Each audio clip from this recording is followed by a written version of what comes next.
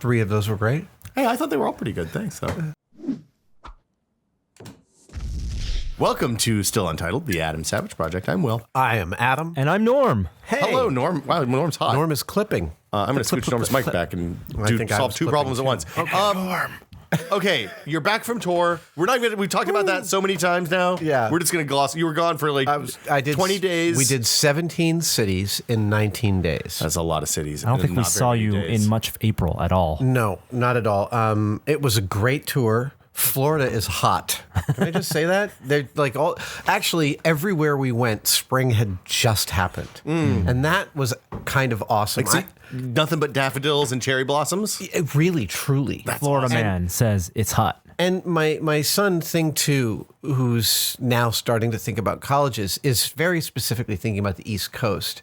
And he has taken Julia's and my discussions with him seriously about the fact that until you live in a place with seasons, you have no idea how great spring can be. I mean, that we've talked about this on the podcast before, but my best trip of all time to New York City was on that first good spring day. Forget about it. And like everybody's happy. New York, when everybody's happy, it just is off-putting. You don't know how to deal with it. Well, so at one point, what happens on the tour is we tour for 6 days at a time, then we take a day off, and then we start up again. So usually the distance between the cities for the day off is longer than on a normal day. It's usually 350 miles on a normal day, and on the long legs, the days off, Jamie and I fly. So on our first day off in April, I noticed that I was flying from wherever I was, but doing a layover in Chicago. Oh. And I was like, wait a minute. I don't need to be anywhere until tomorrow night. So I just left the airport, called up my friends Kim and Clark, Nice. and went and stayed with them. I saw my friends Jeff and Susie. I had a wonderful day in Chicago. And not only that, it was during that day in Chicago when it was like it had been winter and raining right up until 3 days before. And the day I was there, it was like 75 and bright, sunny. It was the most beautiful Chicago I've ever seen. I met my friend at the Tribune building. He works there. We went up to the roof and looked out over Chicago from the roof of the Trib. So I am such a fan of Chicago, and when I was in Chicago in January, I met so many people who are doing such cool stuff. I think we need to make a tested trip to Chicago where we go and just go to different people's shops and shoot a bunch of cool stuff that people are building there. Let's totally do that. Because it's an amazing, I had such a good time there, and I was only there for 4 days. I want to go back. Chicago is a phenomenal, wonderful, dynamic, excellent city. I'm a giant Chicago fan. So speaking of Chicago. So speaking of Chicago. The Chicago trailer of The Force Awakens came out while you were gone. Force Awakens came out. This trailer, the second teaser. Sorry, yeah. Second teaser, not even the full trailer, came out at Celebration. A lot happened while you were gone. Yeah. A bunch of conventions. Yeah. BB-8's real. BB-8, that blew We me knew away. that. We knew that. Well, we talked about that. Mark Hamill spilled the beans months ago. yeah, I know, but I didn't quite believe him. Fair enough. I didn't believe him until I thought, I guess you could do it for real. And then I started thinking, well, how would I do it? Oh, actually, it's pretty doable for real. And then it turns out that it was. And I love that. That's good on them for doing The scale was not, we didn't know how big it was from that first teaser. That first shot in the teaser, definitely CG, where he's like rolling across, which made like the Mark Hamill thing. Oh, did they just have like some kind of mechanized dummy. thing? I pictured a guy running with a green rod coming out of his chest, pushing this thing. But everything he said turned out to be true. Yeah. We talked about this being, the Sphero technology. They're going to do toys And at it the end looks of the like Sphero year. built the mechanism. Yeah. R2 astromech makers have already, planned out their specs for building their own. Disney wants them to build their own, just like the R2s for events. So are they ordering polycarbonate hemispheres? I don't know. Yoga balls, man. Yeah. Yoga balls. Right? Well, it's definitely a condition you can get from doing too much yoga. Yeah. The thing they had on stage, it turns out, so I don't know if you saw that clip of J.J. Abrams and Kathleen Kennedy on stage, and they had the BB-8 being puppeteered, interacting, Steve Sansweet looking all like, oh my God. I saw Mike Senna in the front row, like taking notes and taking pictures with a long lens. It was good. Jesus, Will. I'm all over the place today. You dropped your whiskey. It's Irish. It's fine. Cinco de Mayo. Don't worry about I spilling. coffeed your rug. I'm That's sorry. fine. I'll clean It's it up just in a little weathering. bit. It turns out that what they had on stage wasn't what they used for the filming model. They've already built multiple ones, stuff for shows but they did have the original one on display with all the costumes. So they had all the costume, a bunch of the costumes, and new stormtroopers, that new lightsaber. Chrome Trooper, man. They did not have the Chrome Trooper. So let's talk about the trailer. Okay. These, if you're someone who avoids walking trailers, Then maybe you should stop. Yeah, you should stop, because we're also going to talk about some other TV shows and stuff. We're going to talk about Daredevil. Kind of a after this. spoiler. Let's talk about So, Daredevil. Yes. We don't need to be coy. The Force Awakens. What's called episode 7? Is that okay? I think it's sure. episode 7. Episode 7. I want to tell you. Also, what just came out before we recorded this was Annie Leibovitz's beautiful photographs Vanity Fair behind the photos. scenes and of some of the costumes. And one of the first picture and the header for most of the articles was a picture of Adam Driver. Yes. Girls is Adam Driver. What's it? Girls, Adam Yes. Driver. Also of Frances Ha. Yes. Inside Llewyn Davis. Yep. And This Is Where I Leave You. And wait, what was the other one? While We're Young. I've seen all of these. Oh, really? actually. Yeah. I haven't seen that. it's the first While We're picture. Young is Noah Baumbach's new film. At any rate, Julia looks at the picture of Adam Driver in front of the stormtroopers and goes, "Oh, is that a young Darth Vader? Is he young Darth Vader?" And I went, "Oh, sweetie, You're such not a nerd. Darth Vader died at the end of episode 6. This is No, it's episode hopeful. 7." In her mind, there is no 1, 2, and 3. The one you worked on, that doesn't exist. Wow. Jake Lloyd. Well, you saw my tweet yesterday, right? No. May the 4th be with you when I did this. That's good. Because Right in front of Chewie. Yeah. has anything been co-opted as quickly by the faceless multinational corporations as May the 4th be with you? Oh, really? Has it Yeah, really? there was an App Store front page thing that was like, "Hey, get your Star Wars microtransactions apps even cheaper." Wow. It was bad. Anyway, the trailer. Trailer's I amazing. think the trailer is amazing. It made me even more thrilled. Again, you can't tell anything, but You can't tell anything.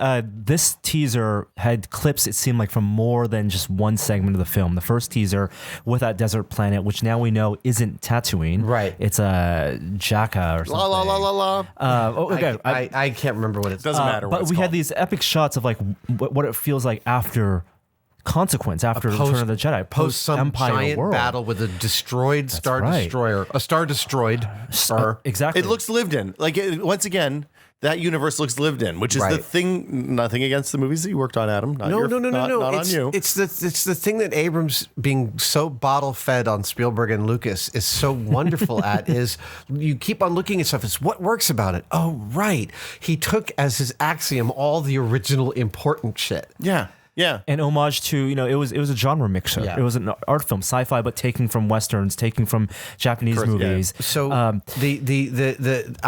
will tell you, I am privy to some inside information. Don't tell. That's what we won't I'm not know. going to say anything. I will just say that I'm getting very excited from what I'm hearing. And the part of the trailer that completely slayed me was the look on Han Solo's face.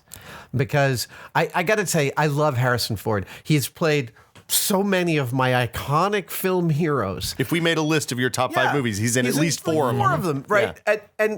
And yet, I will say that over the past few years, he doesn't necessarily always look as interested as he could be in the movies that he happens to be in. My biggest fear, are we gonna, when we watch this movie in the fans, do we see old Harrison Ford, or do you see Han Solo? That's what I saw in the trailer. I saw old Han Solo. old Han Solo. Yeah. Okay. And that's what I want. And they have Peter Mayhew in the Chewbacca costume. I'm so glad that Peter is in this film. He's so, like I've said repeatedly, Chewie is my favorite non-human character in film. I want to know if Chewie's old, because Wookiees live a long time. They lived over 200 years. Yeah, so yeah, Chewie's going to be in his old age too, probably creaky, just like Han. right. His Are fur they- looks good. Yeah. He maybe it's been nice. He's always had a little Yeah. gray on the shoulders. He does Wookiee formula. Yes, that's right. I'm just glad he's Club not. for Wookiees? I'm glad he's not dead in the extended Yes. the extended universe canon. I thought Annie Leibovitz's photos, which are coincide with this release of this teaser, beautiful. She's done Star Wars. She did episode 1, and I remember she photographed my friend Don Bees with R2 for episode 1. And I mean, The photo that she took of the Chrome Trooper, Captain Phasma, I think is the name. They've now revealed who plays that character. Who isn't? It's in Game of Thrones, Bran of Tarth. Oh, It's a woman. Oh, nice. really? Yes. That is Fascinating. freaking It's- awesome. Oh, and somebody else, this was nice on Reddit. Good guy J.J. Abrams show a badass Jedi in armor, and she doesn't have an exposed midriff or boob plates in Right. her armor. She doesn't have the aim at my heart boob armor. Ah, God, it's so, I mean, awesome. Yeah, we saw the inside of the TIE fighter pilot, the TIE fighter chasing the Falcon Yeah. with a new TIE helmet with the red stripes. The slightly redesigned ships, like the new, sleeker, less snub-nosed X-Wing, the svelte TIE fighter. I like all of that stuff. Yeah. I mean, I'm looking back at this and I'm thinking about how I felt at the same period of time at the Phantom Menace when those first 2 teasers came out. You know, and you saw the robot ships coming over the green hills. You're Yeah. like, oh. And then there was no dialogue yet. So there's Right. still plenty of opportunities. You didn't realize Misa, people how gonna bad die. They could make things. Look, trailers never really reveal anything about how good the movie's going to be. Right. However, Abrams, given his success with the reboot of Star Trek, and given MI3? MI3, and very specifically 8mm. No, No, Super 8. Super 8. 8mm is not I know, good. 8mm Super 8 is great. Not the same Right. movie. One nobody should ever watch, and one everyone should have seen by now.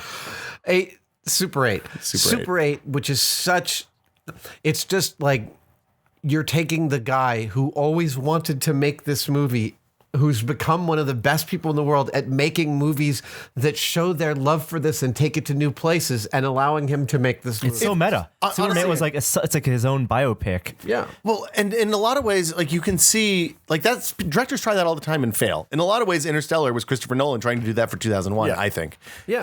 And if you look at where that went wrong, it's a lovely movie, and I'm still very fond of it, but it gets really weird and not good in the middle. You have the same problem. You don't have that same problem with Super 8. Super 8 is an homage to the stuff that you love about Spielberg without missing the point or getting too much into your own business. And Spielberg is talking to the films of his youth and up. So to me, it's all part of a lineage. Now, And Abrams can coax a good performance also. before we lose too much time, I want to talk about the awesomeness that is Daredevil. Oh, Yes. So I just disclaimer, we're not going to spoil too much here. We're not going to spoil too much. I'm 5 episodes in, I think. Yeah.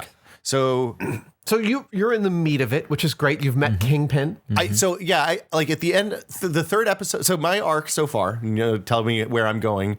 Pilot was kind of weak. There's a lot of rough dialogue and like weird exposition, and it's just kind of all over the place.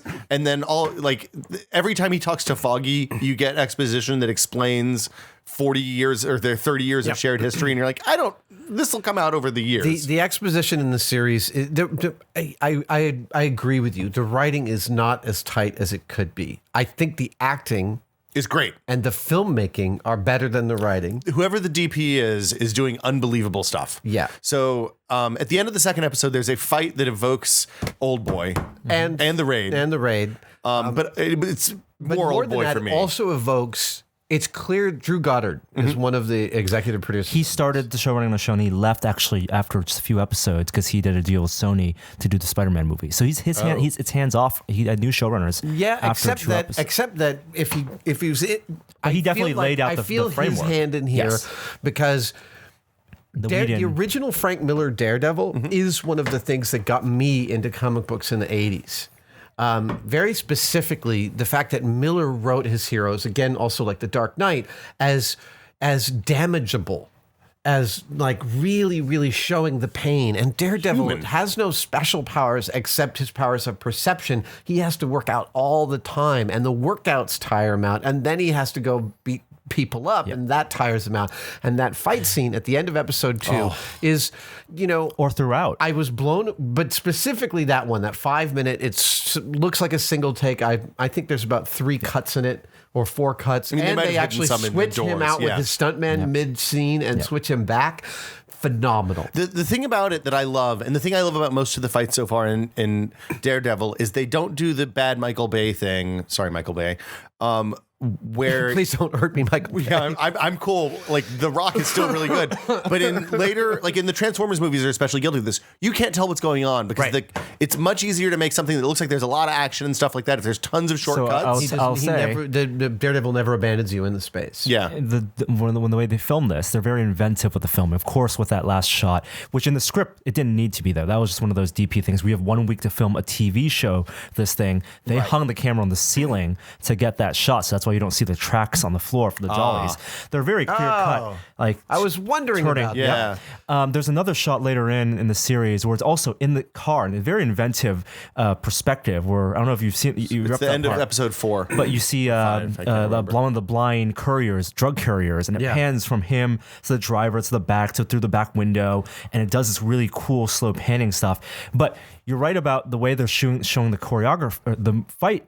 It's more choreographed. It reminds me of Asian cinema, where you pull the camera back and then you let a performance happen, a dance happen, and then it really is a dance. It's slow, measured, choreographed fights. And a really good dance too. I mean, the fact is, I've watched that episode 2 fight scene 6 or 7 times, and I've yet to. I'm sure you could find it if you slowed it down in frame by frame. I've yet to see a punch that didn't look like it was genuinely connecting. No, they look like they're really beating each other. Those guys, I think they had a day. They had 1 day to choreograph that thing, and I don't know how many times they shot it, but it is so tight and so lovely. And more than that, Daredevil gets so tight. He's already beaten to shit. He's before exhausted, the fight begins, before the fight begins. And he's so exhausted. It just feels so great, like Daredevil Love and War. I'm super excited about where this series is going. So the other, sorry, Norm, the other shot that amazed me, that just absolutely blew me away, is at the end of episode 5 when Kingpin and his potential girlfriend Veronica, is that right? Vanessa. Are sitting in a restaurant. They're high up. It's raining outside, and there's interesting bouquet light stuff going on in both of their shots on the backgrounds. Yeah, and they could have been throwaway shots. They could have been normal one shots, and there's all this beautiful light happening in the background of both of those shots, and it's just kind of transfixing, and it lets you know, hey, this is something special, and this is something magical for a man that you traditionally wouldn't expect to have something special or magical. Yeah. Anyway, the show is unique because it is a Marvel Studios show. They have a deal with Netflix to do 4 series, one each focusing on these what they call Marvel Knights characters. It'll be Luke Cage, Jessica Jones, Alias stuff, and it's like they're tiny Avengers for the street fighting. And Daredevil's always been one of the things that Frank Miller and the character was written for is Hell's Kitchen, right? It's localized. Yeah. It's all part of New York. Really hammer that in the comics as well. He is the Batman without the money, cares about his city, his part of the city, which in real life, New York Hell's Kitchen is like, it's only it's not that big of it's like a six space. blocks like, or something, right? No. It's like Hell's Kitchen.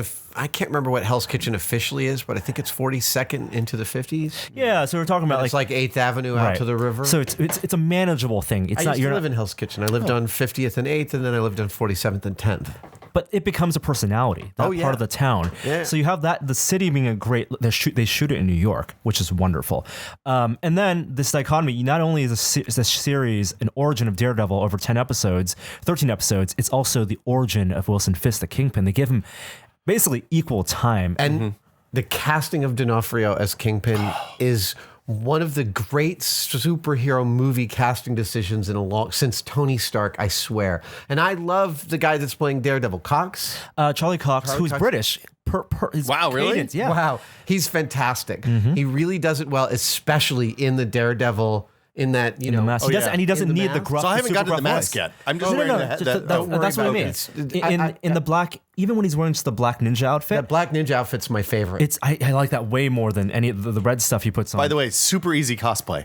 And people have done it, right? Has like few lines on the side. So I think, if I'm not incorrect, that the sort of Henley or sweatshirt that he's wearing is a co-branding between Under Armour and Marvel. Under Armour has released a bunch of form-fitting sweatshirts or compression shirts and workout gear along with Marvel, and some of it looks damn good. Captain America doesn't look wears Under Armour and doesn't look too like big star on your chest. It's actually like you could wear it around and it's just form fitting and looks good. Spanx. Hey man, I'm close. I'm close to it. But D'Onofrio. So the Kingpin that I got started with it was the Miller Kingpin. I think Man Without Fear. So that's where I started with. It's like when I read Watchmen, I was like, I would like to see more of this. Somebody said go read Dark Knight, and they said go read Born Again. That's it. And that was like those three things were my introduction to comics. Is modern it Born comics. Again that begins with Kingpin and his wife hating him because he's got her in a gilded cage? Kind of think so. I can't remember. It's been a long time. But D'Onofrio plays Kingpin so terrifyingly and yet sympathetically. He's without malice. He's like a child too. There's a little bit of the Aspie in him where he's like a frightened child who can lash out, and there's a great.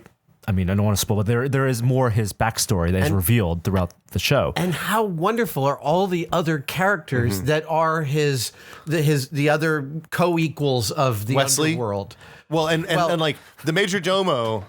I actually think that Wesley is. We were talking about Wesley last night with. You mean evil Chris Hayes? Well, we were talking. Who's Chris We were Hayes? talking about the word smarmy. He is smarmy. He's totally smarmy. And I actually think that his smarmy, which in a vacuum would feel like overacting to me, is a perfect counterpoint to Daredevil. To Kingpin. Kingpin. It's his understated. Right. To Kingpin's gravity. While that guy's like, we're going to.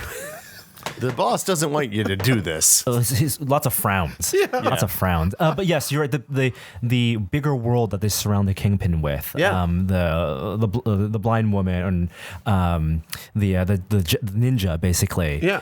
The Russians. All that stuff feels like Those Russians are terrifying. They feel terrifying. more. All the bad people are terrifying in this TV show. Even the mob. the old Chinese lady with the heroin. She's much worse than any of them. It feels like the way it's written. I can tell it's coming. Feels a little like a heightened The Wire, in terms of the drug dealings and the Sort of inner city workings. yes, And exactly. The corrupt politicians, corrupt cops. But where The Wire strove for reality, this is very clearly a comic book. A heightened reality. So I found myself watching it wondering, I wonder if we're going to get to see a TV version of Matt Fraction's Hawkeye.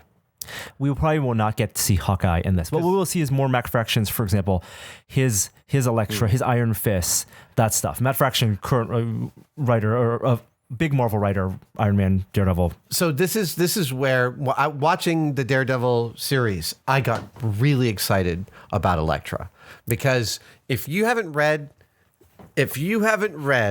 the Elektra Assassin, which is Frank Miller's collaboration with Bill Sienkiewicz, back then in the 80s, every time Frank Miller collaborated with someone, they both did the work of their lives. And that collaboration is one of my favorite pieces of graphic illustration in history. It is so beautiful. I'll have to go. And I got a copy here. I'll lend it to you. Make her, the mob boss's daughter, who has no remorse, and they kind of hint speaks at it. 3 words in the entire graphic novel. my goodness. Wow, really? So It's a great Netflix show. I think it surprised a lot of people. I think one of the reasons it does so much better than, for example, Agents of S.H.I.E.L.D. is they wrote it all at once. There's no sense of the false peril that you have a cliffhanger at the end, for commercial breaks. there are cliffhangers at the end of every episode. So no commercial break. TV suffers from false peril. They got to get you after the commercial break. It's like a bad mystery novel. Right. Written, I think, wonderfully. The Foggy character, I think his acting is probably the weakest. But warmed up. That was mine. And I actually think that the getting girl better. is fantastic. She's fantastic. I was really impressed. Karen with her. Page. Yeah. Played by she was in True Blood. Well, and Lee Ulrich, the reporter. Yes. He's great, too. Oh, he's wonderful. Ben Ulrich. Ben Ulrich is wonderful, wonderful character and wonderful acting. We have like 5 minutes left before we have to start and stop the camera. Okay. I'm really having a hard time with the level of violence. Oh. Which is unusual for me. Interesting. Like there's a scene at the end of one of the episodes where the Kingpin wreaks his vengeance upon someone. Yeah, that's about as bad as it gets. Yeah. There've been several that are close to that though. That's definitely like the escape from the Russian prison. Pretty gruesome. That's a real hard way to like. Those are bookends on the same episode. Yeah. The Kingpin's wrath with the car door. Yeah, that's about as bad as it gets in the whole series. I'm never going to look at a car door the same. But I think it's an effective storytelling it tells you it was one of his first outlash. You know, it shows you the Kingpin is, and they don't over sexualize anyone on the show. It's. The counterpoint on that, though, is that you go from having a real sense of empathy for him. Hey, maybe he's a misunderstood good guy who's just a bad guy. He's an anti-villain. And then all of a sudden, you're still gonna battle with that. Bad. Rosario Dawson. Oh, she's great. Holy cow. She is absolutely... Talk about bringing in a heavy hitter. Like she and D'Onofrio anchor this whole series to me. They are the... effortlessly. Yeah. She is just, I've been a fan of her since Kids. Where she was apparently discovered on a New York stoop because of her charisma. She just lights up the screens. Totally. Everywhere you fall in love with her instantly. Amazing. Yeah. Wonderful character, wonderful actress. Not your OTP though. Not the Daredevil's OTP. One true pairing. Let's put it in internet parlance. Wow. That was awesome, Norm. I want to talk more about this show. We're gonna run out of time. Maybe we should watch Daredevil. We can start and stop. You should finish the rest of it, and I'd say we should come back. So we first 2 episodes are slow, I would say. That end of the second episode is real strong. The third episode is the low point for me so far. It ends strong as well. And then 4 and 5, we trucked right through and we're ready to go straight to 6, but it was like 1 o'clock in the morning. Yeah, so we went to bed. I watched it for days on the tour. I think I watched all 13 episodes in 4 days. Yeah. And there were times when it was like, really? We got to do a show now? Because I could have, if 10 years ago, I would have just pushed through last night and watched all of them and come in this morning and be like, well, I watched Daredevil last night. In terms of Marvel making one of its lesser known characters in the mainstream consciousness relevant and interesting, I don't think we've seen this since Iron Man 1. Yeah, I totally agree with that. Yeah. And also made him human and accessible to us. And I love that direction that Marvel's going in. Well, and the other thing about it is I was starting to feel some Marvel fatigue. Like I was getting to a point where I was like, I really like Guardians of the Galaxy, but I'm not super excited about the Avengers. Went and saw Avengers. It's pretty good. The Ultron? Yeah. Yeah, I'm seeing it Thursday. Daredevil makes me excited about where they're taking these characters. Yeah. Like my only fear is that 10 years from now, we'll see a world where everything on TV is superheroes. No. But anyway. Now there'll be some backlash. We'll get procedural crime dramas. We'll go through a Doctor Show phase again. Oh. I think we did a good job this episode not spoiling too much of the show. But let's come back. And after everyone out there watches the show, after everyone here watches the show, and we will spoiler the hell out of it. We will. And just also, and one last shout out to the makeup people on that show. They're constantly sewing people up, and you're watching the sutures go through their skin. Beautiful. The tattoos. Yeah. It's amazing so far. So I can't wait to watch every last bit about this is beautiful filmmaking, and it's just again reiterating that television is where the awesome and exciting filmmaking seems to be happening. I'm going to call this the anti-spoiler cast. Call it it's the an anti-hero anti-spoiler cast. We'll see you guys next week. Bye, guys. Bye. Bye.